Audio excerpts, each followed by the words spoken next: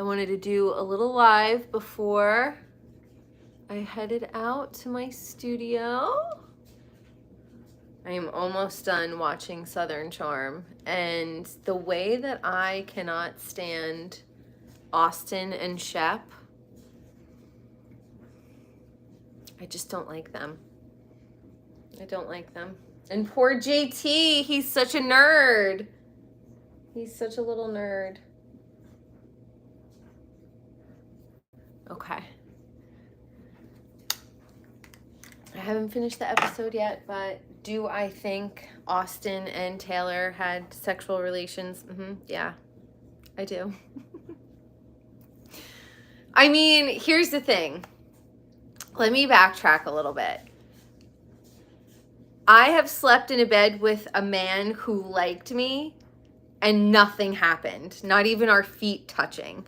So I do think that it's possible. Yes, I do think it's possible to be able to sleep in a bed with somebody and not have it get sexual. However, I think that they're both attracted to each other, and I wasn't like attracted to that person, so it wasn't like a big deal for me. But yeah, I definitely think that they hooked up in a serious way. So that's, can't wait to come home and watch the rest of it though. That's for sure. I highlighted my hair yesterday. I went to the dentist. We know this. And this is what I have on as sunscreen. I went for my walk at like 7:30, a little late, and didn't put sunscreen on, which is annoying because I did retinol the other day. So fully SPF'd. We all know that I have a complicated relationship with the SPF. I did not put the eye brightening stuff on. Bright-eyed. But I do like it. I definitely like it. It's very cloudy here today. One thing that I learned on set, shine is the worst thing ever on camera. Like a little bit of dewiness in the right spot, good, but not underneath the eyes. No, no, no. Should we put a little lip stain on? The fact that Bite is no longer a company really bums me out. I loved their products. So annoyed.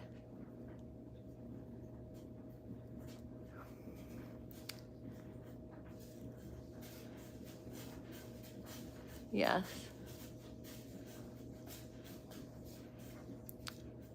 I didn't put any liner on today, although I love the RMS lip liner. I just felt like my lips needed a little something. Okay, if you're not using rose water, what are you even doing? What are you even doing? Okay, my towels for the studio are done. I mean, like instantly smoother, right? And I'm a big fan of patting. Like I just go pat, pat, pat, pat, pat, pat, pat. Okay, not bad. So we're gonna do a little eyelash curl. Oh my God, I love this Tarte palette so much. I love it. Truly the best. That's it. I thought this was supposed to be creaseless. See, this, ladies, you must be very, very delicate with the eye skin, okay?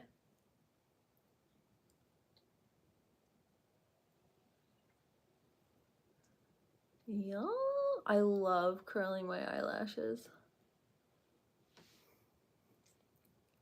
It looks like I have mascara on just from curling. I honestly, I just cannot get into, I can't get into the fake eyelashes unless you need them. Then by all means. Jenna fucking Lyons. Oh, and also, Sai De Silva was on Juicy Scoop, and I still don't like her. She did not work for her husband's bar. Let's clear some gossip up. She met him while she was on vacation at a swim up bar, and apparently he was behind the bar. So I don't know what he was doing behind the bar, but I guess they were all, you know, she was on vacation with her friends, and she said something like he might have been talking to her friend, and then she like went up and was like, "Hey, what's going on?" So I don't really know. But I definitely would watch another season.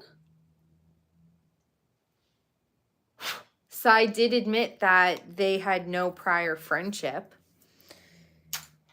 None of them were friends prior to taping. So, I don't know.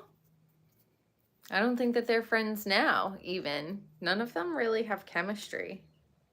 But they're all, like, gorgeous to look at. You know, so that's the thing. I'm here for the outfits. But Heather did say she would like to continue to see the husbands, and she's right, because a lot of the housewives aren't married anymore, and a lot of the housewives are, you know, they don't have husbands. Some of them don't have kids. So I guess when they do have a husband and children, that gives them a bit more of a dynamic storyline, right? At least I would think so.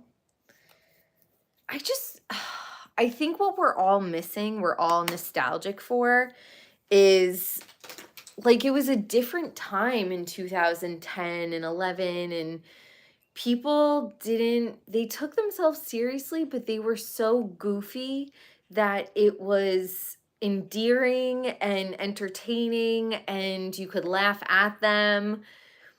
I don't know. The girls now, I guess they're so guarded that are we gonna get don't be cool, just be cool, don't be all uncool? Are we gonna get those moments from these girls? I don't think so. There's like I think we all feel the same way. It's a lack of like humility, or just listening to Luann and Dorinda when they're on Watch What Happens Live or whatever. Maybe it's like the time that they were brought up in, but I don't know. There's something that lacks authenticity about, you know, the cast. I guess the reason why we all love Salt Lake City is because they are a little bit like goofy, you know, like a little bit like Whitney Rose is very goofy. She's very funny, but she's like kind of clueless, kind of goofy. She's like a young Sonia. So I do like Salt Lake City for that reason. And I just think that OG Beverly Hills is so, the way Kyle is defending herself to Sutton, and Sutton is so, come on. You know she's quirky. And you know things have to be her way or the highway. Like, I can't see Sutton compromising in life. You know? She gives kind of like spoiled rich girl vibes, which we're not surprised because that's what she is. But when she's like, prove it, prove it, prove it. about when Kyle was like, you've been acting this way, you've been acting that way. And she's like, name them, prove it. And Kyle is getting more and more and more pissed off. Oh my God. We have to remember that Kyle is a Capricorn, but I think she has a Leo rising. So she is not going to be like a wallflower or anything. And I think it's also very interesting to see the evolution of Kyle over the years, because I think it really does show like society, the society that we all grew up in. Like, people got married, people had kids, people had houses, people went to work. And now 2023, like, there is no loyalty. It's so strange. And I don't know if anybody else feels this way, but she was so ride or die for her family. And that's how families like used to be. Like, people would like fight to keep them together. She definitely made excuses for Mauricio. The fact that every interview I watch, not one person can fucking consistently pronounce Mauricio's name. They call him Maurizio, Mo, Maurice. I thought it was Mauricio. So, I don't know. But I just feel like it is just a perfect depiction of the evolution or the de-evolution of marriages and relationships in this world, in this country. It is not 2023. I like 10 out of 10 might not recommend. It's not. Everyone's alone. Men, like, I don't know if y'all are just gay. Just come out, okay? Because I don't think that you like women. When I see like Chris Watts, those stories, and the other guy who's like still on the run, like, we're not laughing about that. Like, if you guys just don't like us, like, can you stop doing that to us? That's why I be staying single. I don't trust any of you motherfuckers. The fact that Taylor in season 1 of Real Housewives of Beverly Hills was going and speaking against domestic violence as Russell was domestically violencing her, like, that is the most Beverly Hills Stepford wife shit that I have ever watched, because I rewatched it the other day. And she was like speaking on the panel for domestic violence, and then we like find out either later that season or season 2, Russell was doing that to her. And then, so yeah, I don't know, the de-evolution of the relationships. It's very interesting. Kyle went from being like such a mom, such a wife, such like keep the family together, to now it's 2023. Everything's a free-for-all. Nobody knows what's happening. Like, it's just very interesting. And I am approaching midlife. So I've seen a lot of different periods in history. And this is the least family-oriented one. Now, here's the thing. A lot of families suck and are annoying. And you don't want to talk to them, because who you keep around you is what your life becomes. And if you come from a negative family, you don't want to be around them. So I don't know if we all just found out that our families are the worst, but there are people who have like super tight-knit families, and I'm telling you right now, they do much better in life. They have a lot more advantages than if you are someone who comes from a broken home. I don't know if it's in the air. I don't know if it's in the water. I don't know, but people are not linking up anymore. It's like everything the World Economic Forum wants, I am.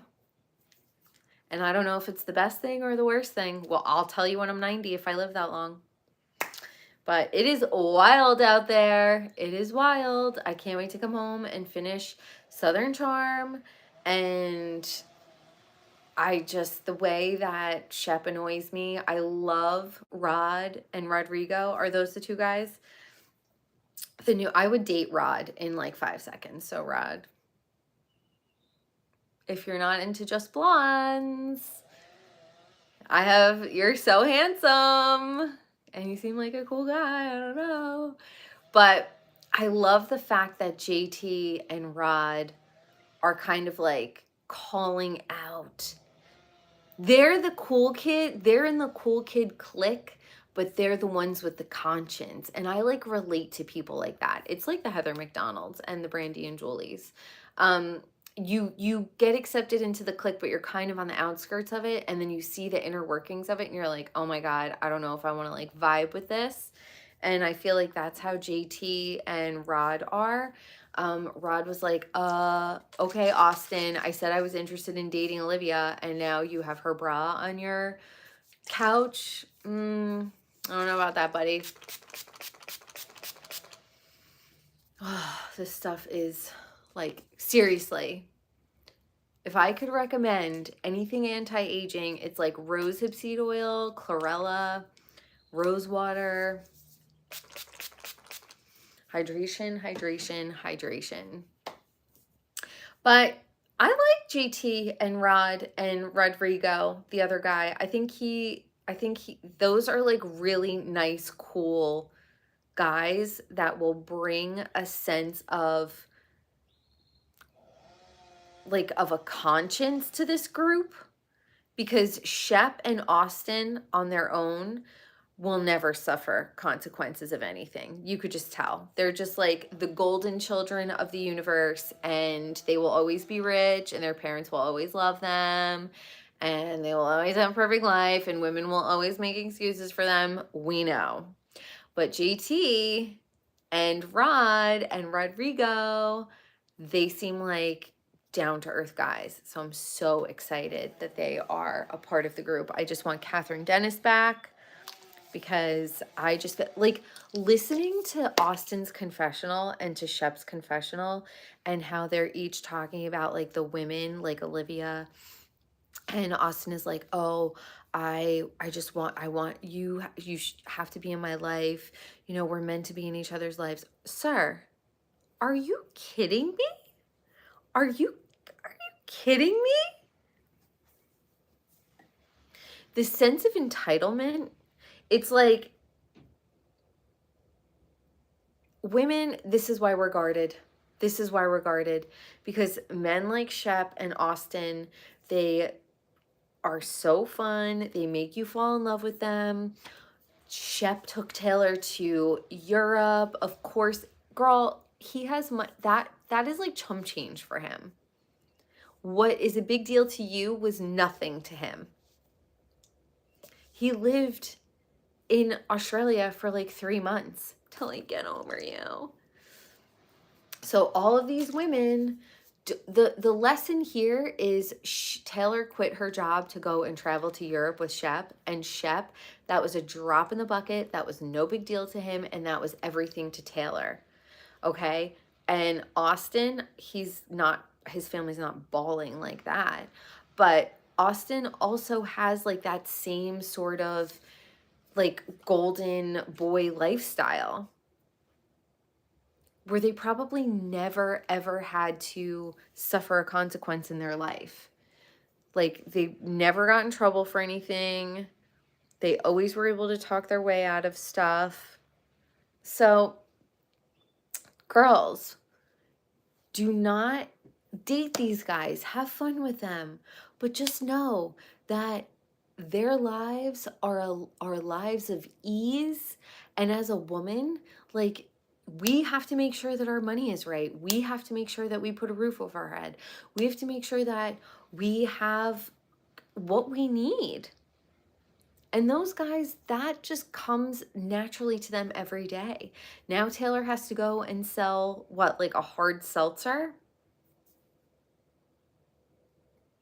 Taylor, you had a nice office job, and I'm sure you had health insurance, and I'm sure you enjoyed your job. And then you left your job to go travel to Europe with Shep, who you probably thought was going to ask you to marry him. And he was like, this is just a fun little adventure for me.